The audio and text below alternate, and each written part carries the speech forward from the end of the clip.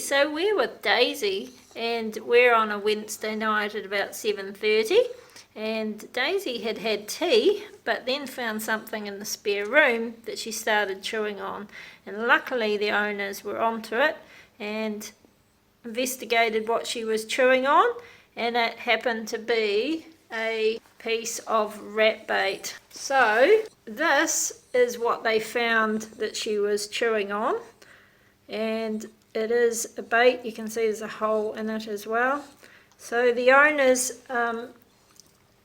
brought her down to the vet clinic. They've rung after hours and we've made her vomit, and you can actually see there's little flecks of it in there. So that's our bait. So luckily we've brought it up. We still don't know if she's got it all, so we might even put her on the antidote as well.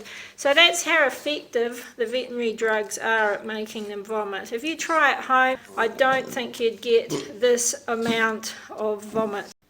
Another little tip is, if you know what kind of rat bait it was, please bring the packet when you come to the vets, because then they can work out which active ingredient is and whether it's a long or a short acting rat bait.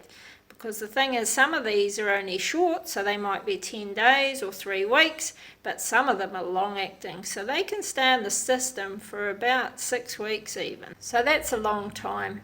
So bring the packet in and we can then work out the antidote and give you enough drugs to keep you going. And then what we do is we usually stop, and then about 48, 72 hours later we get a blood test taken and just make sure it's all out of the system. Everyone says, oh, they're doing really well, it's fine, but that's because it's on the antidote, and you can't blood test when you're on the antidote. So rat bait is an anticoagulant. So what it causes is more anemia, and the dog may feel lethargic, just not have as much energy and run around. You may notice that the gums are a bit paler. So she's nice and pink now, but of course it's just happened. But watch out for those being really white.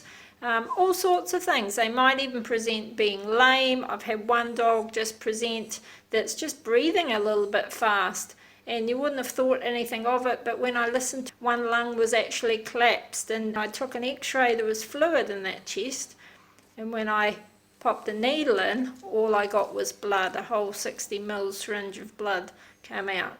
So yeah, they can present with all sorts of symptoms, so it's more being aware that you've got it and what you're looking for, and just to be more conscious of having the drug in your household.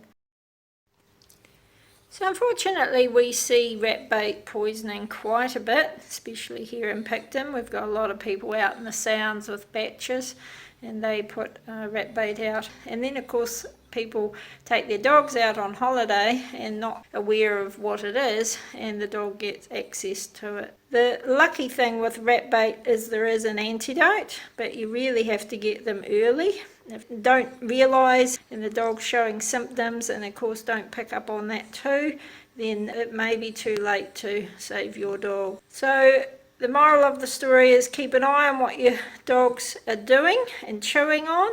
If you've got rat bait and using rat bait at home, then certainly keep it safe. This one was actually up in the ceiling, but apparently a rat or mice must have moved it, and it's dropped through a hole and onto the floor, and of course the dog's got it. Also watch out for the bait, might even be in its poo, so it's a good idea to check your dog's poo every day, just not only for rat bait but other things as well. And the main thing is get it to your vet early, and they'll get some drugs to make it vomit effectively, and then probably put it on an antidote as well.